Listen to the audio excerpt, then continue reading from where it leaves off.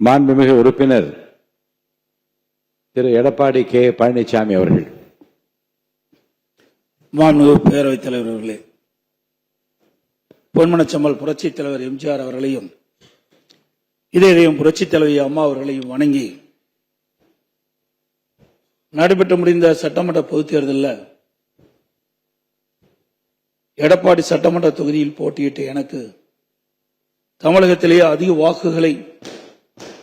வாக்கு வித்தியாசத்திலேயே வெற்றி பெற செய்த எடப்பாடி தொகுதி வாக்காளர் பெருமக்களுக்கு எனது நெஞ்ச நிறைந்த நன்றியினை அவர்கள் பாதங்களிலே சமர்ப்பித்து, மாண்புமிகு பேரவைத் தலைவர் அவர்களே,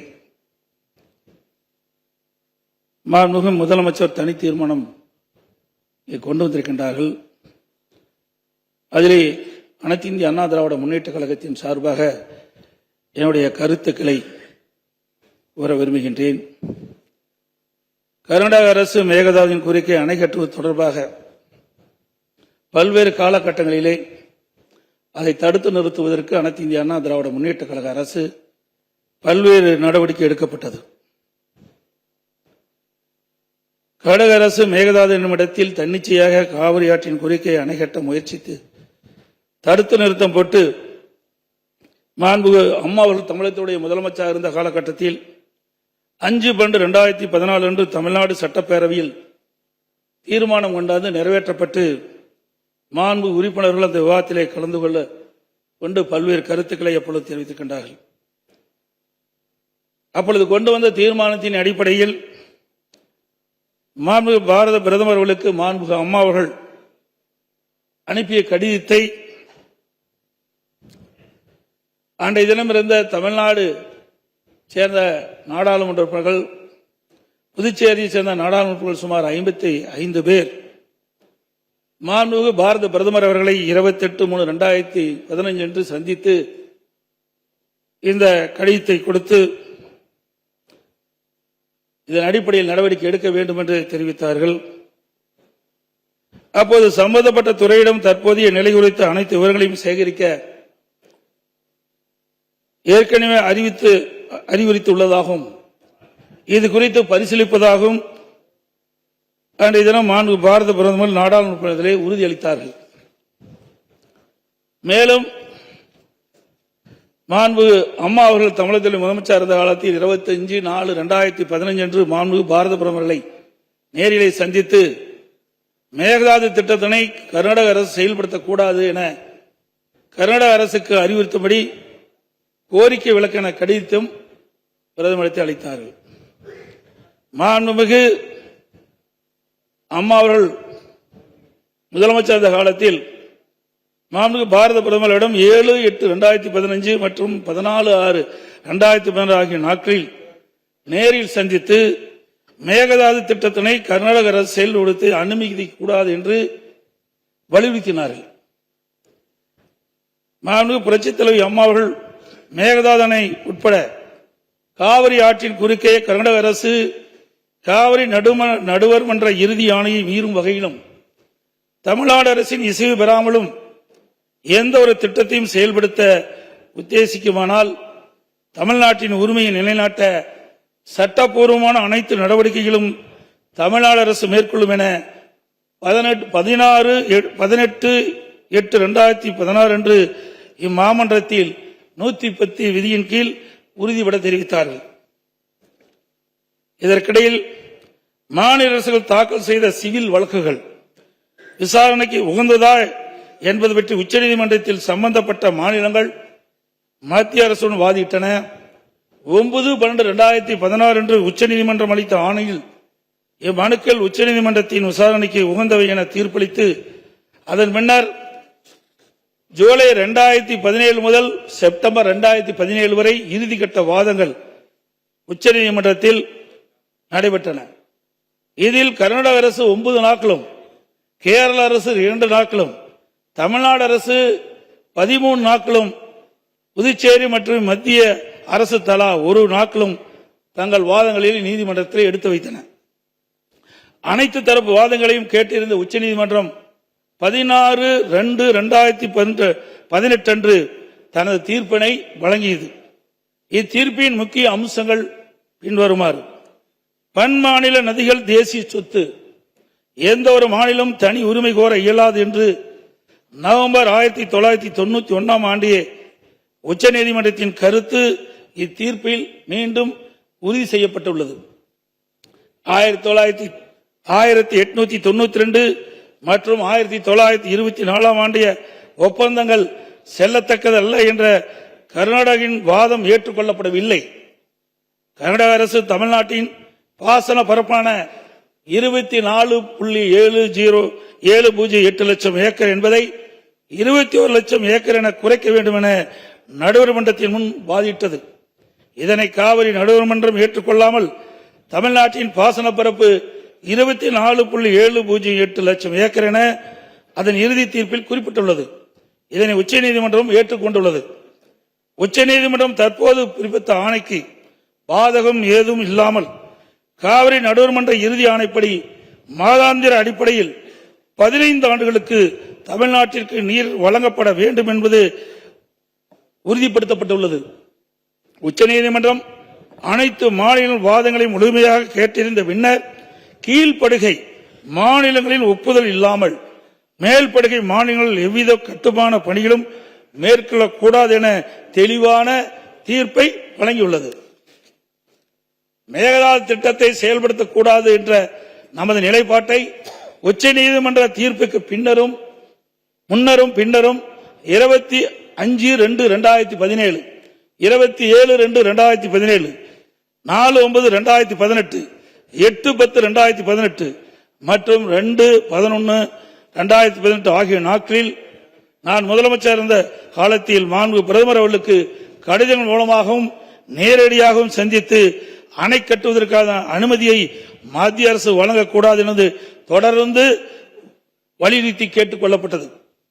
மேலும் 5/7/2017 மற்றும் 23/11/2017 ஆகிய நாட்களில் மத்திய நீர்வள ஆதாரத்துறை அமைச்சரையும் நேரிலே சந்தித்தும் கடிதங்கள் வாயிலாகவும் கர்நாடக அரசுக்கு மேகதாது அணை கட்ட எவ்வித அனுமதியும் மத்திய அரசு வழங்கக்கூடாது என வலியுறுத்தப்பட்டது.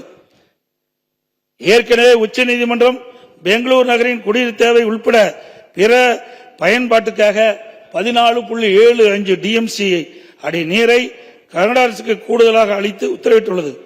இந்நிலையில் மீண்டும் பெங்களூரின் குடிநீர் தேவைக்கென 67 டிஎம்சி அடி நீர் கொள்ளளவு கொண்ட மேகதாது அணையை கட்ட கர்நாடக அரசு முயற்சிப்பது தமிழ்நாட்டை பாலைவனமாக்கும் உள்நோக்கம் கொண்ட ஒரு செயலாகும்.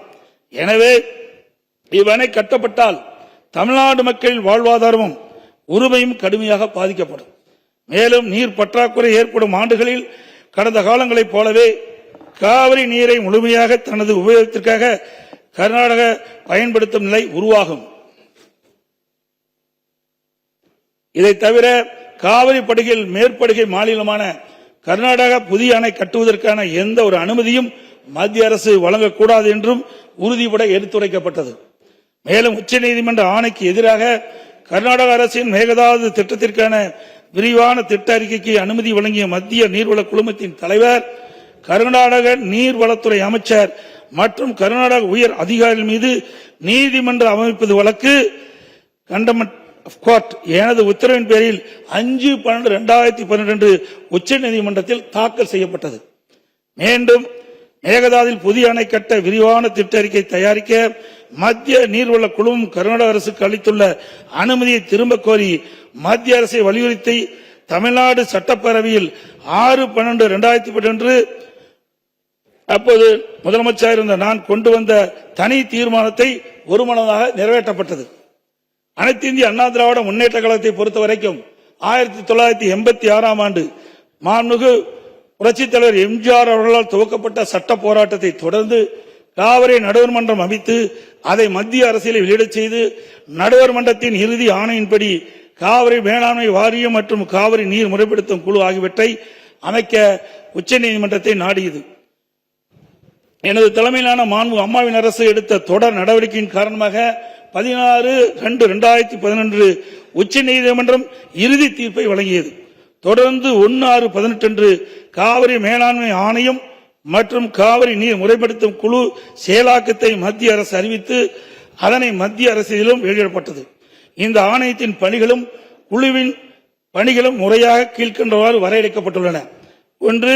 காவிரி நதிநீரை தேக்குதல், பகிர்மானம் செய்தல், முறைப்படுத்தல் மற்றும் கட்டுப்படுத்துதல். 2. காவிரி நீர் முறைப்படுத்தும் குழுவின் துணையுடன் அணைகளின் செயல்பாட்டை மேற்பார்வையிடுதல் மற்றும் அவற்றிலிருந்து நீரை பாசன மற்றும் இதர தேவைகளுக்கு வழங்குவதை முறைப்படுத்துதல். 3. கர்நாடகம் தமிழ்நாடு எல்லையில் வில்லுக்குண்டுக்கு நீர் அளவை நிலையத்தில் கர்நாடக அரசு நீர் வழங்குவதை கண்காணிப்பது. இவற்றை தவிர வேறு பணிகள் எதுவும் மேற்கொள்ள இந்த ஆணையத்துக்கு எவ்வித அதிகாரம் இல்லை. இந்நிலையில் 1/2/2024 அன்று ஆணையத்தின் வரையறுக்கப்பட்ட பணி வரம்புக்கு அப்பாற்பட்டு மேகதாது அணை கட்ட பற்றிய விவாதத்தை 28வது காவிரி மேலாண்மை ஆணைய கூட்டத்தில் அமைத்தது. அப்போதைய திமுக அரசு இதனை கடுமையாக எதிர்த்து வெளிநடப்பு செய்தது குறித்தும் ஆணையம் அதன் அதிகார வரம்பிற்கு சம்பந்தமில்லாத மேகதாது அணை கட்டுவது குறித்த கருத்தை மத்திய நீர்வள கமிஷன் பரிந்துரைத்துள்ளது குறித்து அப்போதைய திமுக அரசின் கவனத்திற்கு நான் கொண்டு வந்தேன். குறிப்பாக 14/2/2024 அன்று சட்டமன்றத்தில் நான் எங்களது ஆட்சி காலத்தில் கர்நாடக அரசு மேகதாது அணை கட்டுவது குறித்து விவாதிக்கும் அதிகாரம் ஆணையத்திற்கு இல்லை என்றும் 2018ஆம் ஆண்டு மேகதாது அணை குறித்து பிரச்சனை மத்திய நீர்வள கமிஷன் பார்வைக்கு சென்றபோது எனது அரசு 5/12/2018 அன்று மத்திய நீர்வள கமிஷன் என்ற இயக்குநர் மீது உச்சநீதிமன்றத்தில் நீதிமன்ற அவமதிப்பு வழக்கை தொடர்ந்து என்றும் இன்னும் அவ்வழக்கு நிலுவையில் உள்ளது என்றும் திமுக அரசு தொடர்ந்து நடத்திட வலியுறுத்தியதோடு தமிழக நலன் பாதுகாக்கப்பட வேண்டும் என்பதையும் உறுதி செய்யும் வலியுறுத்தப்பட்டது. இந்த நிலையில நாம் ஏற்கனவே உச்சநீதிமன்றம் அளித்த தீர்ப்பு நமக்கு ஒவ்வொரு ஆண்டும் கர்நாடக அணையிலிருந்து 177.25 டிஎம்சி தண்ணீர் திறக்கப்பட வேண்டும். ஆனால் அவர்கள் முறையாக திறக்கப்படுவதே இல்லை. ஒவ்வொரு மாதம் நாம் போராடிதான் கர்நாடக அணையிலிருந்து தமிழ்நாட்டிற்கு தண்ணீரை பெற்று வந்து கொண்டிருக்கணும் என்பதையும் நேரத்தில் சுட்டிக்காட்ட விரும்புகின்றேன். இந்த நிலையில 2024ஆம் ஆண்டு கர்நாடகாவில் மாண்புமிகு முதலமைச்சர் சீதாராமையா முதலமைச்சர் பதவி வைத்தபோது துணை முதலமைச்சராக நீர்ப்பாசனத்துறை பொறுப்பு வைத்த மாண்புமிகு துணை முதலமைச்சர் சிவகுமார் அவர்கள் 16/2/24 கர்நாடக பட்ஜெட்டில் காவிரி ஆற்றின் குறுக்கே மேகதாது அணை கட்ட பல ஆயிரம் கோடி ரூபாயை ஒதுக்கியுள்ளதாகவும் அறிவித்தார். அனைத்து இந்திய அண்ணா திமுக சார்பில் இதை அப்பொழுதே கடுமையாக எதிர்ப்பதுடன் அப்போதைய திமுக அரசு உடனடியாக சட்ட நடவடிக்கை எடுக்க வேண்டும் என்றும் வலியுறுத்தப்பட்டது.